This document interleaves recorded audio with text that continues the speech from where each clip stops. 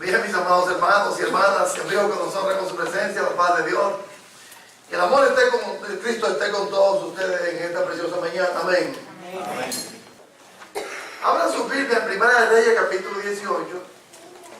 Y vamos a ver, mis amados hermanos, aquí 5 verdades aplicadas a la vida de cada uno de nosotros como cristianos. En la vida del profeta Elías, el pueblo de Dios, los profetas de Baal, Jezabel y los profetas que le servían a Cera. Ustedes se dan cuenta, mis amados hermanos, todos vamos a dar cuenta de Dios algún día, del destino que nosotros mismos a veces nos trazamos. Es un privilegio y un honor. Estamos aquí todos, mis amados hermanos y hermanas, escuchando el mensaje del Señor, la palabra de Dios.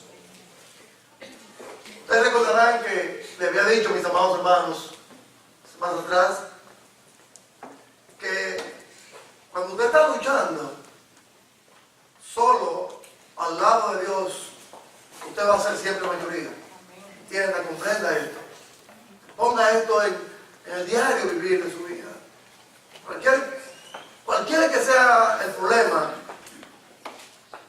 la dificultad, las áreas de nuestro diario vivir, problemas en el hogar, problemas con los hijos, problemas con los patrones, problemas en la sociedad, problemas en la comunidad, usted llévelo a Dios en oración y como usted vea que a través de la oración no se logre la solución que usted quiere, añádale otro ingrediente a la oración, que es el ayuno, como el Señor dice en Mateo 5.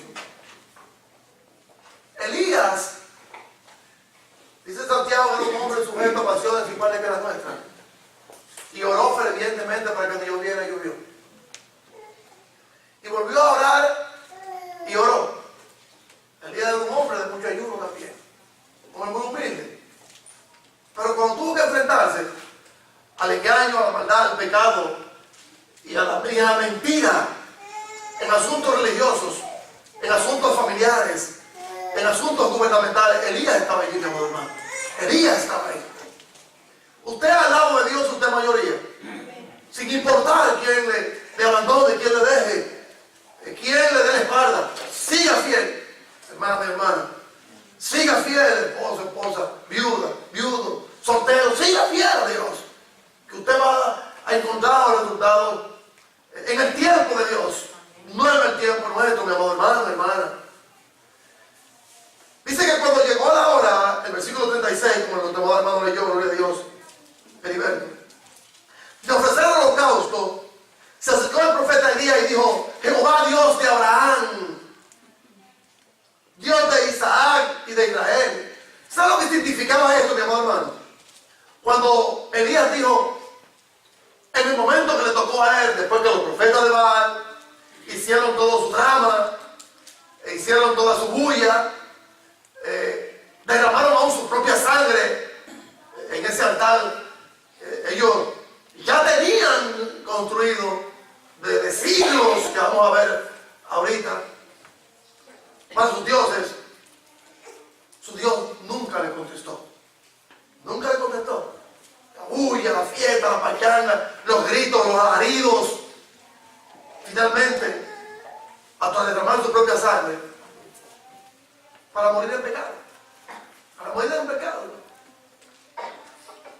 Dios de Abraham, de Isaac y de Israel. ¿Sabes lo que? Ahora, lo que este hombre estaba diciendo aquí, lo que Elías estaba diciendo, el pacto y la promesa que tú le hiciste a Abraham, a los hijos de él,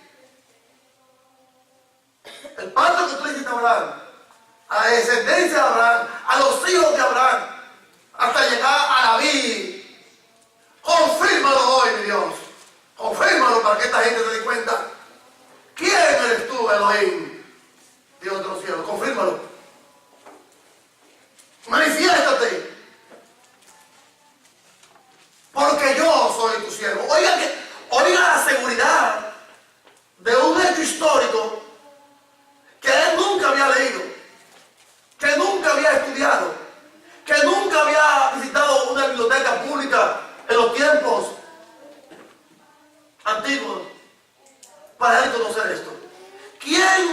dijo a Elías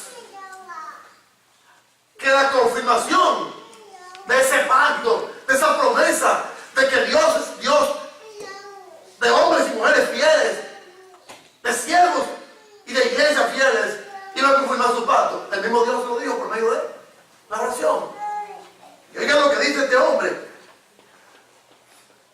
Acuérdate, en segundo lugar, que yo soy tu siervo. ¿Cuántos de los que están aquí pueden decir, yo soy tu siervo? ¿Cuántos? Levanten la mano. ¿Cuántos pueden decir? Hay muchas cosas que hay que dejar para ser siervo y sierva. Muchas cosas hay que dejar para ser un siervo y una sierva. Muchas cosas. Aún en la propia familia hay que dejarla cuando la familia está en contra de los principios divinos. Enfrentar a otros. Enfrentar a otras. Enfrentar a gobiernos enteros. Para usted poder decir siervo y sierva. ¿Qué dejó este hombre? ¿Qué dejó este hombre? Este hombre dejó su casa. Este hombre dejó su familia. Este hombre dejó, Elías, el medio de vivencia. Su ganado, sus ovejas, su casa, su parentela. Acuérdense lo que Dios le dijo a Abraham. Sale de tu tierra y ve tu parentela en la tierra que yo te voy a mostrar. Así fue este hombre. Así fueron todos los hombres de la antigüedad. Del Antiguo y del Nuevo Testamento. Así han habido muchos hombres de hoy en día, muchas mujeres. Acuérdate que yo soy tu siervo. La palabra siervo, ¿qué significa? La palabra siervo y sierva es uno y una que no se gobierna. El siervo es un esclavo de uno para vida eterna, para salvación o para condenación. Jesús, nuestro Señor y Salvador, Juan, ¿qué dijeron los hombres? Los discípulos, apóstoles del Señor, somos tus siervos. Siervo es dejar las cosas que pueden apartarnos de servirle a nuestro amo, hermano y hermano. ¿Cuáles son las cosas que pueden apartarnos de servirle a nuestro amo?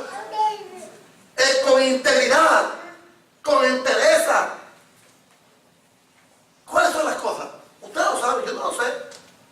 Cada día tenemos que quitar cosas para poder decir, como dijo Elías, yo soy tu siervo. Dejar todo para ir a enfrentarse con legiones de demonios no es nada fácil. No es nada fácil. Es como le estaba diciendo a los hermanos ahorita. Hermano, yo soy siervo de Jesucristo. Y si soy siervo de Jesucristo, tengo que ser siervo ¿de qué? De los demás. A mí no me pesa trabajar con el Señor. A mí no me pesa siempre respetando el amor y la opinión de mis hermanos. Siempre respetándola.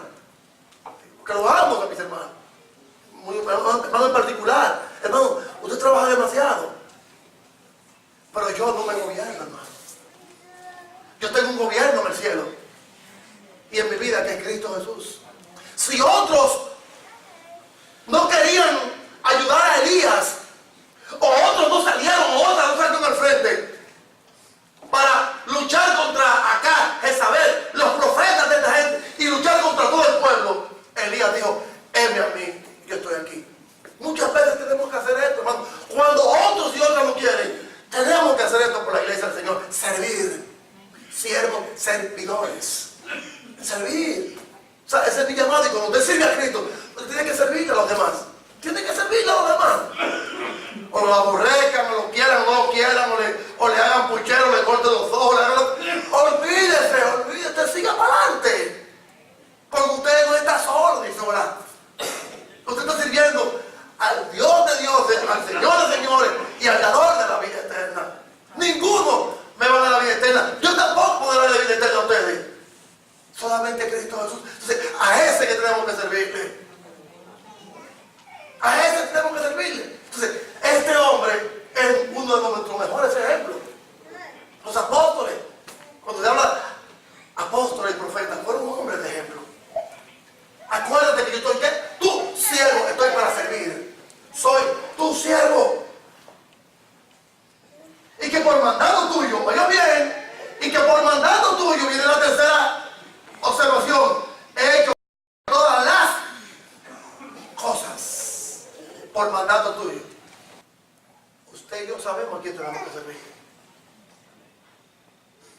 mandato de quién estamos aquí? Mío, ¿no? Suyo. Yo no estoy aquí por mandato de ninguno de ustedes. Ni usted está aquí por mandato mío. ¿Es por mandato de quién? Gloria a Dios del Señor. Entonces, ¿qué hacemos? Nos servimos los unos a los otros. Entonces cumplimos con un mandamiento divino. Servir los unos a los otros, como dice Romano. Es un mandato del Señor. Isaías dice, por mandato tuyo he hecho todas las cosas. Todo lo que usted hace por mandato del Señor, sea bueno o sea malo. En lo que tú no haces por mandato del Señor, por mandato de quién lo está haciendo, usted lo sabe que es por mandato del diablo. Entonces, vamos a hacer la cosa por mandato del Señor, como dice este hombre de Dios. Respóndeme, Jehová, respóndeme, para que conozca este pueblo que tú, oh Jehová, eres Dios, y que tú vuelves el corazón a ti de ellos. ¿Y qué pasó? Dice que esta fue la oración más corta. Dice que Elías agarró, hermano, se subió en su altar que preparó, bien pequeñito, y allí dijo, Señor, mira, yo he hecho esto por ti. Acuérdate que soy tu siervo. Acuérdate del pacto que hiciste a Abraham, a Isaac y a Israel. Ya. Te lo dejo en tu mano, en oración. A veces Elías muchas veces oraba, hermano. Cuando Elías se sentaba a veces a orar, en una de las fotos que tengo, se sentaba y ponía su cabeza en medio de su pie. Para aquellos que dicen, no, que hay que orar de rodillas, que hay que orar acostado, que hay que orar sentado, que hay que orar parado. No hay posición para oración. Dice que puso sus piernas en medio de la cabeza. La cabeza en medio de sus piernas, no la corrección. Su cabeza en medio de la pierna. Y oró. Así como también comenzó a pedir lluvia. 7 veces oraba. La primera no venía la lluvia, no. La segunda no venía la lluvia. Y le dice al cielo, ve a ver. No veo nada. Todavía no veo nada. Y ella orando, y el día orando. Hasta que por séptima vez le dice, ve a ver. Cuando el cielo viene le dice, veo una nube como el puño de la mano. Le dijo, acá, vete que va a llover. Después le voy a contar la historia. Y el Señor, ¿qué pasó aquí? Entonces, dice que esa fue la oración más corta que Elías hizo. ¿Y cayó qué? Fuego de Jehová. Y consumió la casto, la leña, las piedras, el polvo, y aún la vio el agua que estaba en la zanja. Viéndolo el pueblo, se postraron y dijeron, Jehová es Dios, que significa Elohim, Dios con nosotros. Oigan lo que dice el versículo 40. Entonces Elías dijo, prended a los profetas de Baal para que no escape ninguno. Y ellos los prendieron y lo llevó Elías al arroyo de Sison y allí lo degolló. Arroyo de Sison. Sison. Préndanlo. Era mucha gente, contra 400 profetas. Era mucha gente del pueblo que estaba allí. Para que no se escapara uno de estos falsos profetas, mentirosos, engañadores, falsos religiosos, el pueblo tuvo que hacerle una ronda, cercarlos y órale. Te vieron la foto que le traje, Elías con un mazo en la mano, un barro, un palo, y en la otra mano un cuchillo. Y al lado el arado, porque era un hombre de campo. Entonces, ¿qué pasó, mi amado hermano? Fue cruel este acontecimiento, fue un acontecimiento duro, de que se derramó tanta sangre ese día allí, por mandato de Dios a Elías. Bueno, si usted va al médico, cuando vamos al médico, con un malestar, un dolor, una calamidad, nos meten en unos aparatos que hay, y van a ver, ya, y ya van a ver, el médico va a ver lo que hay allí. Y el médico va a ver lo que hay allí. Bueno, había un cáncer, gracias mío, había un cáncer en el pueblo de Israel. Cuando usted va al médico y el médico descubre el mal que usted tiene, ¿qué hace el médico? Bueno, hay un cáncer y hay un mal en primera etapa, en la primera fase, y hay que cortarlo, sea el pie, sea la mano. Y se le corta la cabeza, ya olvídese que es para morirse ya. A la abuela fueron a cortarle los dedos de los pies cuando se dieron cuenta de que tenía diabetes muy avanzada, ya era muy tarde. Los dedos, cortaron las dos piernas. Quedó desfigurado. Un hombre como de 6, 9, desfigurado. Una cosita que estaba en la cara. Sí. Era cruel, fue cruel. Desde el punto de vista humano lo que hizo Elías. No, había un cáncer en Israel y el cáncer era la falsa religión. La falsa religión. La falsa religión. Los falsos engañadores. Los falsos predicadores. Los falsos profetas. ¿Y había qué? La única manera, la única opción que el cáncer podía extirparse era matándolo a todos, cortando el tumor y purificando el cuerpo. Cuando el médico le corta el mal, ¿qué hace el mal? Ahí se detiene. ¿Qué usted prefiere? ¿Que se le amputen parte de sus miembros? ¿O que todo su cuerpo se pierda o se vaya a destiempo por medio de la muerte? Por medio de una enfermedad, una calamidad. No, le dice, córtame. Va a sentir pena, va a sentir tristeza, va a sentir dolor. Porque usted ha perdido un miembro de su cuerpo, pero va a sanar los otros. Es lo que dice el Señor. ¿Qué prefiere? ¿Que todo tu cuerpo se eche en el infierno? Si tu ojo es ocasión de caer, oye, sácalo.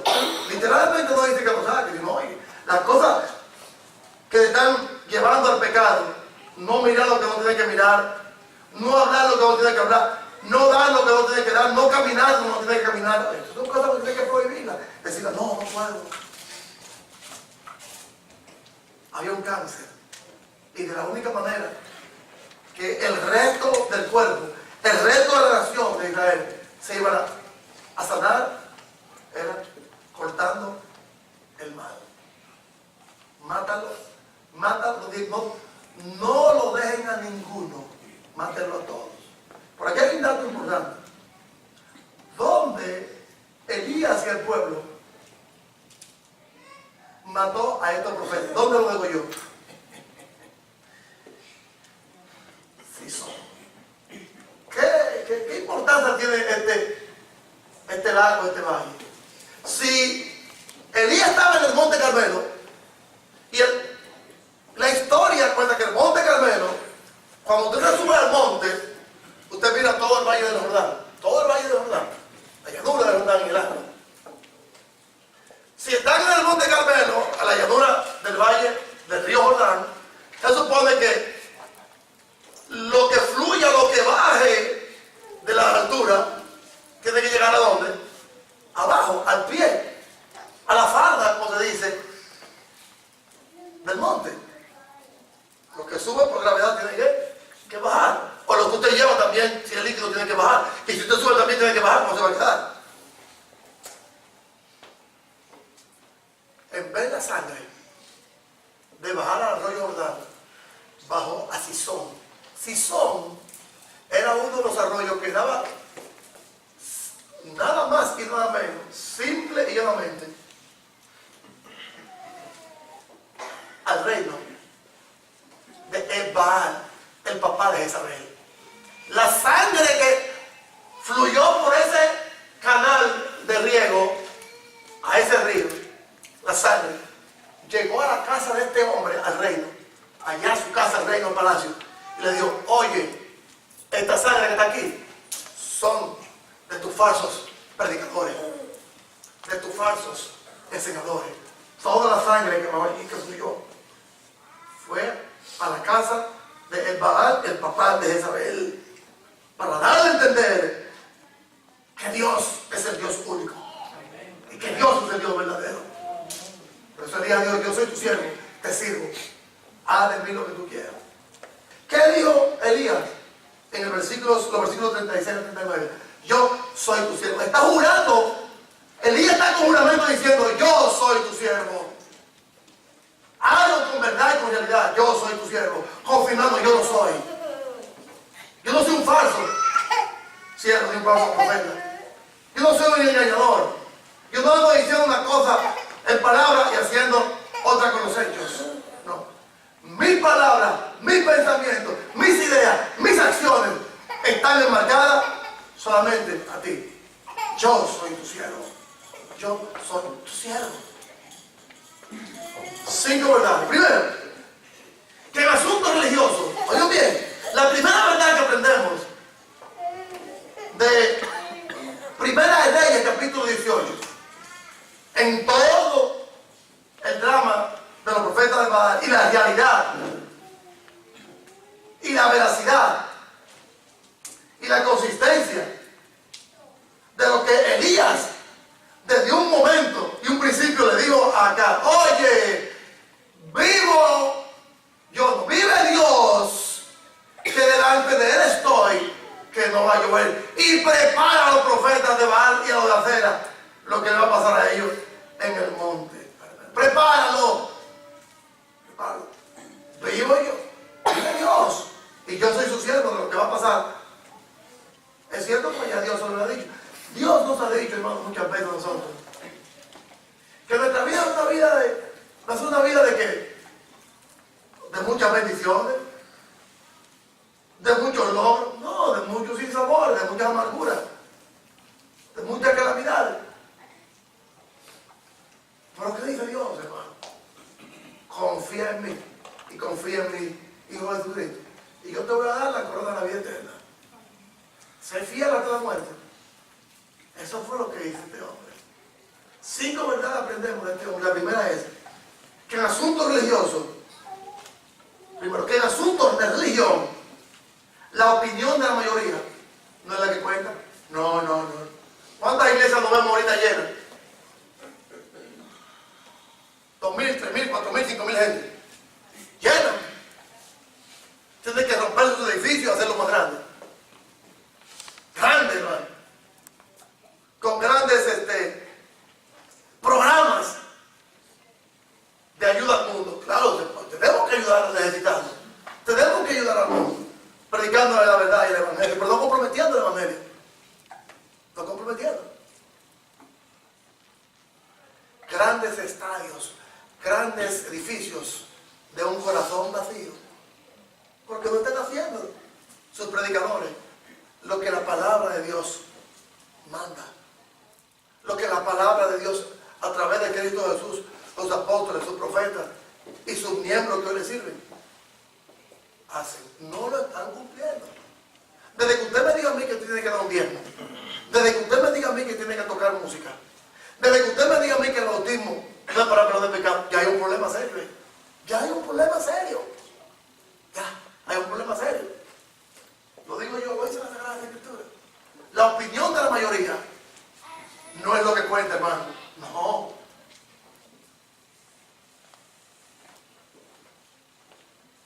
El baalismo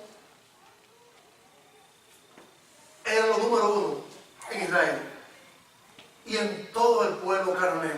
Baal era la jerga política y correcta de ese tiempo, porque acuérdense que eran políticos esta gente también. Eran políticos.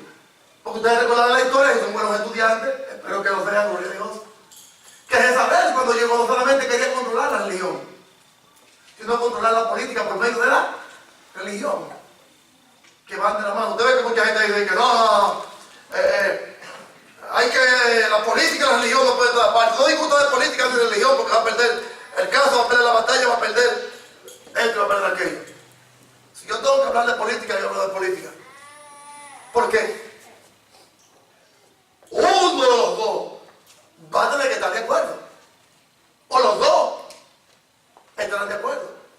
Si hay 2 opiniones diferentes, una de las opiniones tiene que ser verdad. Las dos no pueden ser mentiras. Una es verdad o una es mentira. O estamos de acuerdo los dos. Así en asuntos de religión. O estamos de acuerdo o estamos divididos. Y uno de los dos está en lo correcto.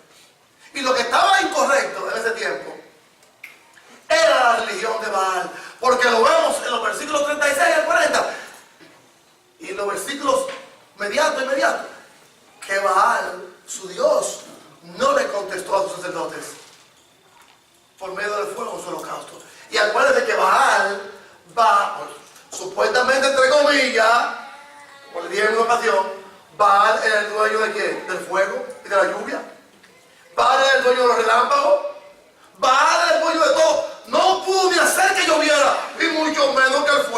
sintiera deseado. Porque Dios es el que tiene el control de todo. Y aquel que le está sirviendo a Dios lo tiene también el control. En asuntos de religión, la opinión de la mayoría no es lo que cuenta. Baal era el número uno en aquel tiempo. Baal era el número uno. Baal era el número, mis amados hermanos, en aquel tiempo, pero no fue así. La política estaba controlada ¿por quién? Por Jezabel. ¿Con quién se casó el rey acá? Se casó con una reina para controlar la economía. Y Jezabel aprovechó esta oportunidad ¿para qué? Para controlar no solamente la economía, sino controlar la religión oficial de Dios. Servirle a Dios en todo momento y en todo lugar. Porque así son los demonios. No quieren nunca que usted le sirva a Dios. La opinión de la mayoría no es lo que cuenta, porque muchas veces están equivocadas. La opinión de la mayoría tenía la bendición del rey y la reina. La opinión de la mayoría tenía a millones y millones de personas que le seguían consagradamente. Baal era el número uno en ese tiempo. Había millones de personas que le seguían. El pueblo. Tenían 850 profetas que le servían de día y de noche. De día y de noche le servían. Léanse el capítulo 18, empezando en el capítulo 17. Tenían un sistema religioso organizado, orientado, bien organizado, con sacerdotes y profetas. Fíjense bien. Sacerdotes y profetas tenía la religión de Baal. ¿Era mayoría? Sí, era mayoría. Y lo dice aquí, Primera de Reyes, capítulo 18, versículo 19. Cuando Elías le dice, congrégame a los profetas de Baal y a los profetas de Jezabel que comen de la mesa de ella, la dueña de Acera, en el monte Carmelo. Tenía una historia y un trasfondo social. Desde muchos cientos de años antes de nuestro Señor Jesucristo. ¿Quién? El baalismo. ¿Usted sabe desde cuándo existía el baalismo? Desde mucho antes del pueblo de Israel entrar a tierra prometida. 2300 años antes de nuestro Señor Jesucristo ya Baal existía. Porque ¿de dónde había venido Baal? De los cananeos. ¿Ustedes se acuerdan cuando Moisés le entregó el mandato por orden de Dios a Josué, a Caleb, que le dice Moisés a Josué, tú vas a entrar a la tierra prometida, yo no puedo entrar? Cuando Josué, Caleb y todos sus compañeros van a espiar la tierra de Canaán, ¿qué encuentran? ¿Cómo se vieron ellos allí? Cuando van y le dan el mensaje a Moisés. Primero fueron un grupo de espías. ¿Y qué hicieron? Noticias desanimadoras. Esa gente son gigantes, son muy grandes, son poderosos, tienen esto, tienen aquello. Dice Moisés, vaya, se tierra de ustedes. Cuando este hombre fiel, este joven, porque es un hombre joven, Josué, va con Caleb y un grupo de jóvenes. Sí, es verdad. Cuando vienen con el mensaje, con la noticia, sí, es verdad. Son gente muy poderosa. Un rey, mucho, porque Canaán era una constitución y una constelación de reyes en pequeñas ciudades muy desorganizadas. Cada una de esas ciudades tenía reyes, tenía guerreros, tenía una organización militar, un poder militar muy estratégico, pero muy desorganizado. Es decir, es verdad, tienen esto, aquello. Nosotros nos vemos como langosta en la presencia de ellos, pero nosotros tenemos el mandato de ¿quién? Dios, de que esa tierra es nuestra. Vamos a entrar y lo vamos a matar a toditos. Si lo vamos a matar a todos, a todos. Vamos a dejarme raza. Que nada más van a ver la tierra llena de sangre, tintada de sangre. Estaban muy organizados. Y la religión de los cananeos, todos ellos, todos, el GBC, el PLD,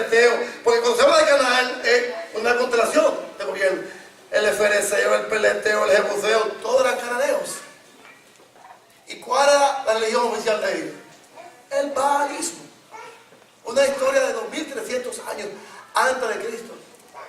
Y llega el mismo poder religioso a tiempo de Elías. ¿Y qué hace Elías? No, a mí no me importa que ustedes tengan una organización religiosa e historial de mucho tiempo.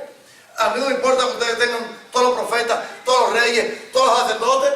Y que esa víbora humana que está ahí llamada Jezabel, y esa otra víbora humana, esa otra anaconda que está ahí llamada acá, flojo, está en el poder. Y que todo el pueblo, millones del pueblo decían, a mí no me importa, porque yo tengo ¿quién? Al Dios y al Señor de los ejércitos de mi lado. En primer lugar, lo que vemos es, aquí en esta enseñanza, en esta verdad, para hoy, para tu vida y la mía, es que la opinión del mundo y de los demás no cuenta. No cuenta, hermano. Cuando usted ve a mucha gente, no, que tenemos tanto, que tenemos aquello, que tenemos lo otro, tienen a Cristo, tienen la verdad. Porque pueden tener a Cristo por su verdad. Hacen esto, hacen aquello. Si no hacen lo que manda este libro por medio de Jesucristo, están perdidos. Gente muy sincera, muy buena, muy entendida, por extraviada. Constantino, el rey Constantino fue que le dio la oportunidad a la iglesia, a los cristianos, de tener libertad religiosa.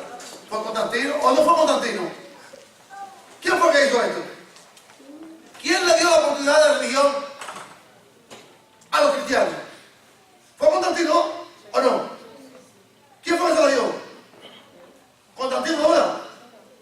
Y Constantino fue el primer emperador que eligió papa, eligió sacerdote, fue el primero, y él se puso como papa y jefe y cabeza y padre absoluto de la iglesia, porque así que trabaja el diablo. Él le dio oportunidad a los cristianos para que fueran libres, libre de religión, libre de culto. Por él mismo se constituyó. Ahí está, hermano, destruyendo con los pies lo que hacen con la cabeza. Segundo principio y verdad que aprendemos de este relato histórico, de arrebatándole el trono y la verdad supuestamente de Baal y el poder a Baal, es que cuando comprendes las demandas de Dios, cuando Dios te dice esto es lo que yo quiero que tú hagas, y comprende y descubre que su palabra es una palabra verdadera y que usted no puede ser neutral, usted está bien con Dios. La primera verdad es que la opinión de la mayoría no puede nunca contar si no están en la verdad. En segundo lugar, y segunda verdad que aprendemos es que cuando usted comprende la demanda de Dios, cuando usted entiende lo que Dios le dice a usted, y su palabra usted descubre de que usted no puede ser neutral, ni flojo ni perezoso, usted no tiene problema. Por eso, mi hermano, yo siempre lo digo, como lo repetí ahorita, lo dije ahorita y lo repito hoy, yo entiendo las demandas que Dios me pone a mí. Yo la entiendo. La de usted, yo no la entiendo. Yo no la comprendo. Usted tiene que comprenderla y entenderla por medio de Dios. Para que usted entiende la demanda de Dios y comprende lo que es imposible para Dios y entiende que permanecer neutral es un pecado, usted dice, bueno, yo te voy a cambiar. Dios no quiere que usted sea neutral. Dios no quiere que usted no comprenda su palabra. Dios no lo quiere. Dios quiere que usted comprenda su palabra y que permanezca fiel y trabaje. A veces yo estoy cansado, hermano. Es verdad. Como ser humano tengo que cansarme, como decía mi amado hermano aquí. Cuando usted siente la bisagra en la puerta de su casa, o de su carro, o su cama, que está chueco, usted lleva su carro al mecánico. Si siente que la puerta de la casa está requinando, le echa aceite. Si siente que la cama donde usted duerme, si no duerme en el suelo, te está chueca, se está cayendo, va a comprar otra. Porque sabe que te lleno de daño. Yo ando cansado, yo me canso. Pero yo comprendo la demanda de mi Dios en mi vida. Yo entiendo, y cada día más lo voy comprendiendo y comprendiendo que Dios dice, yo no quiero gente neutral, yo no quiero gente floja, yo no quiero gente perezosa en la viña de mi Señor. Yo no la quiero, dice, yo no la quiero. Yo no la quiero. Oigan lo que pasaba aquí en este segundo punto, hermano. Desde el momento en que usted dice, Ya usted está tomando partido en una contienda. Desde el mismo momento que Elías dijo, Dios es el Dios de Israel y está vivo, ¿qué le está diciendo a los enemigos de Dios? Ustedes están equivocados. Desde que usted le dice a ese mundo, oye, el adulterio, la fornicación, la lascivia, la homosexualidad, las herejías, las envidias, las enemistades, los celos, los pleitos, la contienda, le está diciendo a esos que viven en esa vida, el robo, el engaño. Desde el momento que usted le dice a ese grupo de personas, a esos individuos, que ellos están mal bíblicamente y que usted está bien bíblicamente, ya usted está tomando parte en una contienda. Porque ¿qué le van a decir a aquellos que están mal? Le van a decir, sí, tú estás bien, no hay ningún problema, tú está bien, está bien. No. ¿Por qué tú me dices a mí que yo estoy mal? ¿Por qué tú me dices a mí que yo estoy equivocado? ¿Por qué tú me dices a mí que yo ando esto, que yo ando aquello, que yo hago aquello? Y hay guerra. Y eso fue lo que hizo Elías. Cuando Elías dijo, Dios es Dios, y ustedes están equivocados con sus dioses de Baal, hay problema. Hay problema serio. Y hay guerra. Entonces no sea neutral. No diga, no, yo no me quiero meter en este problema, yo no me quiero meter en aquel. No, no, no. Tiene que estar al tanto en esta batalla, en esta guerra. Este mundo no es nuestro hogar. Este mundo en el cual vivimos no es nuestro hogar. Estamos de paso. Somos extranjeros. Somos peregrinos en esta tierra. Cuando a mí se me pregunta, ¿dónde usted? Muchas veces me preguntan, ¿dónde usted? Y digo, yo soy del cielo. ¿Cómo? Me miran con, este hombre está loco. Este hombre está desquiciado. Sí, soy del cielo. Yo soy del cielo. Somos del cielo. Porque el Señor nos dijo, nuestra morada no está aquí en Juan 15. Voy a preparar lugares en Juan 14, donde yo esté, ustedes también estén. Fue lo que Jesucristo le dijo a Nicodemo en Juan capítulo 3. ¿Cómo tú me dices a mí que tú eres un maestro, un intérprete de la ley, un mero y no sabes que para nacer de nuevo tienes que nacer del agua del Espíritu y tienes que venir de arriba esta bendición?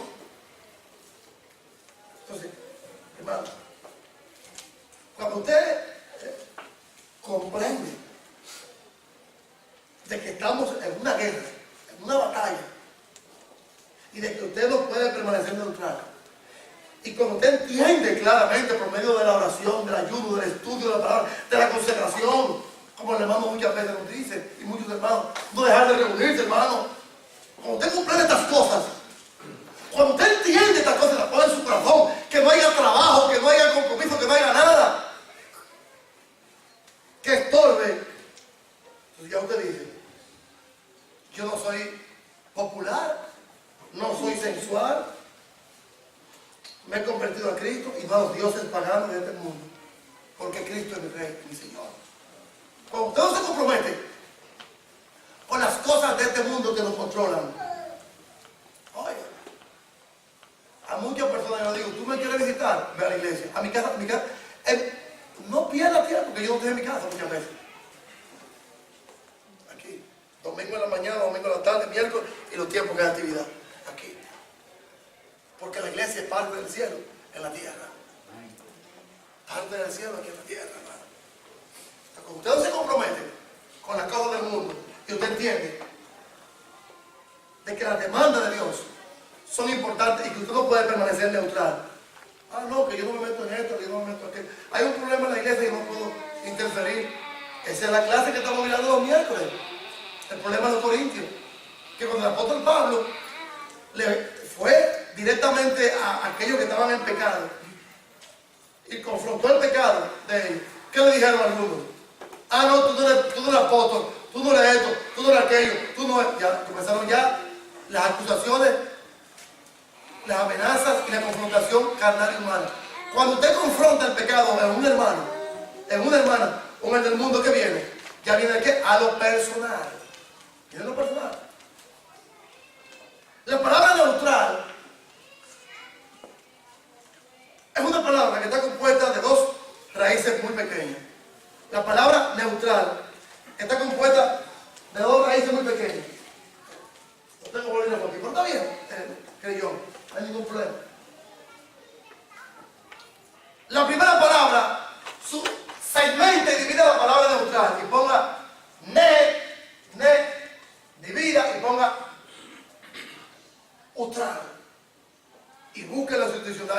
búsquela en los diccionarios griegos, en hebreo, en todos los idiomas, que viene de la raíz, literalmente.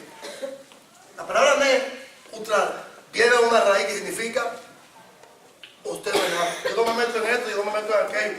Yo hago la paz con todo el mundo. Usted no es nada, usted está en el aire, flotando. A usted lo mismo le da andar en el pecado como no andar en el pecado. Como usted es una persona neutral, usted no es nadie. Usted es una persona de doble ánimo. O sea, tus pies pueden estar plantados en medio de ¿qué? Del aire. Y una persona te puede dar una opinión y la otra te da otra opinión. ¿Y qué tú piensas?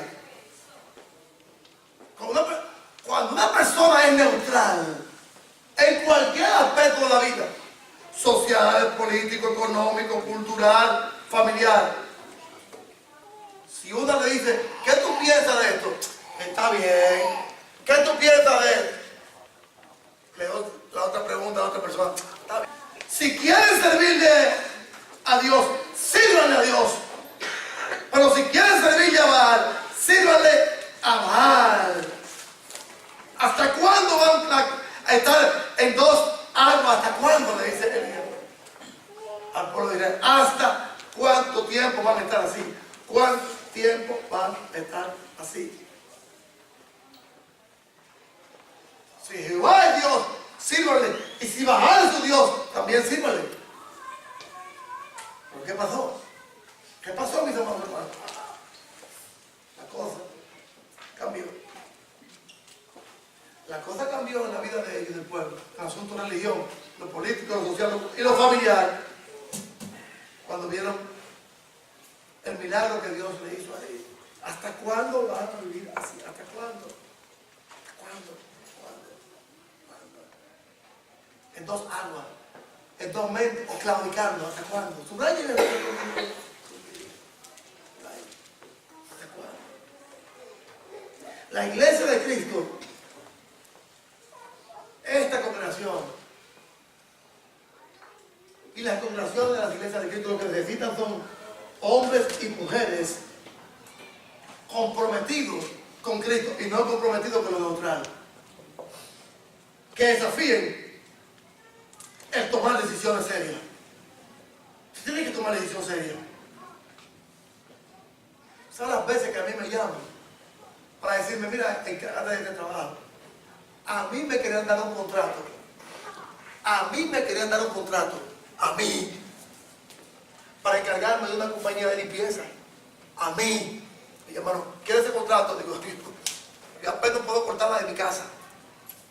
Otro contrato que me querían dar, el contrato de la iglesia, hermano. De limpieza. Digo yo, no quiero un compromiso. Porque lo que me puede apartar del Señor, yo no lo quiero. ¿Qué necesito? Plata, a lo mejor más que muchos de ustedes. Sí, pero yo estoy organizado. Espiritual, emocional, material. Espiritualmente estoy organizado. Con mi Dios y con mi Señor. A mi Dios yo tengo que servirle. En primer lugar. Porque el cielo y la tierra pasarán. Pero las palabras de Dios nunca van a pasar. ¿Y qué dice el Señor? Todo aquel que me sirva fielmente, todo aquel que se entregue a mí fielmente, va a tener 100 veces más en esta tierra y en el cielo la vida eterna. Más. Cuando usted no permanece neutral, no, que si hago aquello, que no lo hago, usted tiene problemas. Hoy en día, ¿qué necesita la iglesia? Hombres y mujeres que digan, enme aquí, enme aquí. Hay hermanas aquí que dicen, yo estoy aquí, hermano, para lo que usted quiera. Oigan lo que Pedro dijo allá en Hechos capítulo 2 al pueblo. Hay que tomar decisiones en la vida, hermano. Hermano, hay que tomar decisiones serias. Sí, enme a mí, aquí, yo estoy aquí. No espere que los otros lo hagan. Si yo espero que otro hermano predique, ¿qué va a pasar? ¿Qué va a pasar? Si yo espero que otro hermano de la clase, ¿qué va a pasar? ¿Qué va a pasar? Yo sé que muchos hermanos están preparados. Gloria a Dios. Gloria a Dios. Gloria a Dios le doy. Pues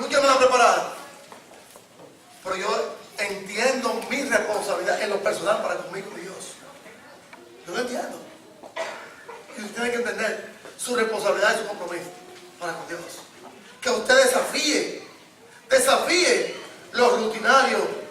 Es mi responsabilidad servirle a mi Dios. Es su responsabilidad servirle a su Dios. Como dice el Señor en Lucas 17 y 18.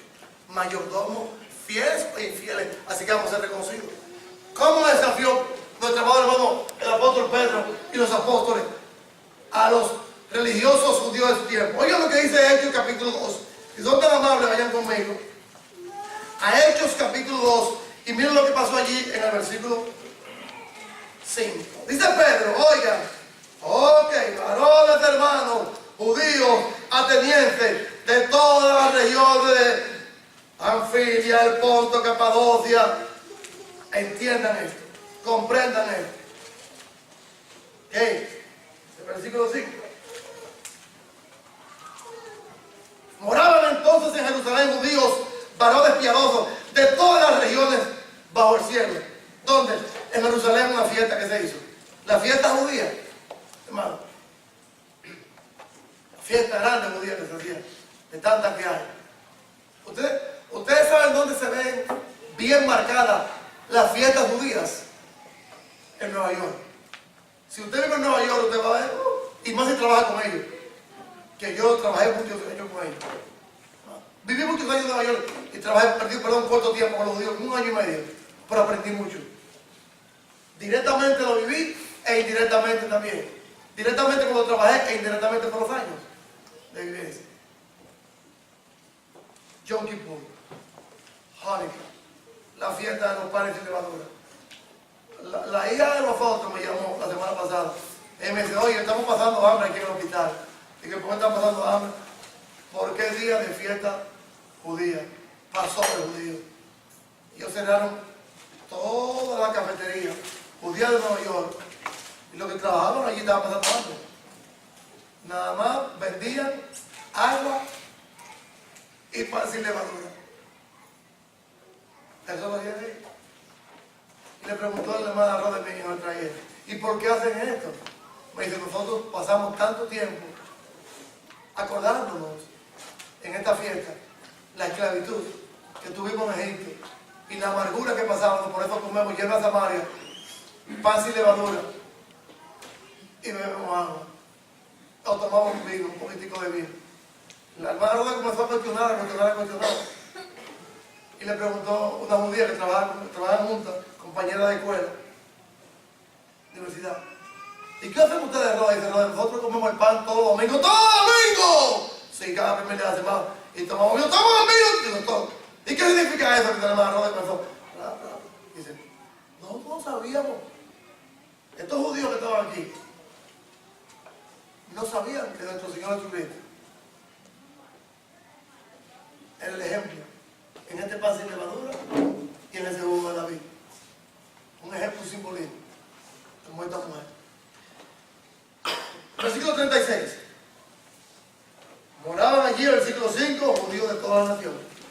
Y oiga lo que Pedro le dice: sepa pues legítimamente toda la casa de Israel que a este Jesús a quien ustedes crucificaron, Dios le ha hecho Señor y Cristo. Al oír esto se compungieron de corazón y dijeron a Pedro y a los demás hermanos varones: ¿qué haremos? Y Pedro les dijo: como le digo yo a usted en esta mañana, aquel y aquella que no se ha bautizado, no se ha arrepentido para perdonar sus pecados, que pertenece a la mayoría de la religión del mundo y no a Cristo, arrepiéntase, bautícese para el perdón de sus pecados en el nombre de Cristo Jesús y recibe el Espíritu Santo, porque para usted es la promesa, y para sus hijos y para todos aquellos que estén lejos, para cuando Dios llamare, para los que estén lejos y para los que estén cerca. Y con muchas palabras testificaban y les exhortaba diciendo: sed salvos de esta generación perversa y mala. Usted ve como usted cristiano, fiel, comprometido con la causa de Cristo, usted va a ser salvo de esta generación perversa y mala. El mundo que estamos viviendo, hermano, es un mundo lleno de legiones de demonios. Pero ¿quién está encima de esos demonios? Jesucristo y aquellos que caminan con Cristo. La semana que viene estaremos mirando el tercer punto. El tercer punto es, como enseñanza para nosotros, es de que Dios utiliza a tus hijos de una manera muy maravillosa. Cada vez que sea utilizado por Dios de alguna bendición, de alguna maravilla, no le des los créditos a otros, ni te tomes los créditos tú, dáselo a Dios. La gloria de lo que hizo Elías era ¿para quién? Para Dios, porque era instrumento. No toques trompeta, no toquemos la trompeta. Nada. Que yo soy esto, que soy aquello, que soy... No, olvídese de eso. No somos nada. Porque Lucas dice, lo que teníamos que hacer, eso hicimos, siervos inútiles somos. Porque lo que estamos haciendo es para ganar, ¿qué? La vida eterna. Y si aquí en esta tierra hacemos algo y ya nos tocan trompeta, o tocamos trompeta y nos creemos que somos los mejores, ya usted recibió su rey, ya lo tiene. Ya. Esperemos que la recompensa venga de quién? Del Señor y Dios. Eso es lo que vamos a aprender. Elías, ¿a quién le dio la gloria y la honra? A Dios. Lo que Dios haga en tu vida a través de Cristo, dale la gloria a Dios. Que organiza tu matrimonio, dale la gloria a Dios. Que organiza a tus hijos, dale la gloria a Dios. Que organiza a tu patrón en el trabajo, dale la gloria a Dios. A tu patrona, a tu vecino, dale la gloria a Dios. Hoy es el día de salvación y arrepiéntase y conviértase a Cristo. Y nosotros que somos ya cristianos, seamos fieles hasta la vida eterna. No seamos neutrales, no seamos flojos. No pensemos cuando veamos a la iglesia llena, ellos tienen la verdad y aquí muchas sillas están vacías los miércoles y domingos en la tarde. No tienen la verdad. La verdad está en Cristo y en su iglesia y en aquellos que le sirven. No todos son de Cristo. Como usted diga, pero todos son de Cristo, le digan, búsquelo y trácelo por la verdad. Trácelo por la Biblia. Que el Señor nos bendiga.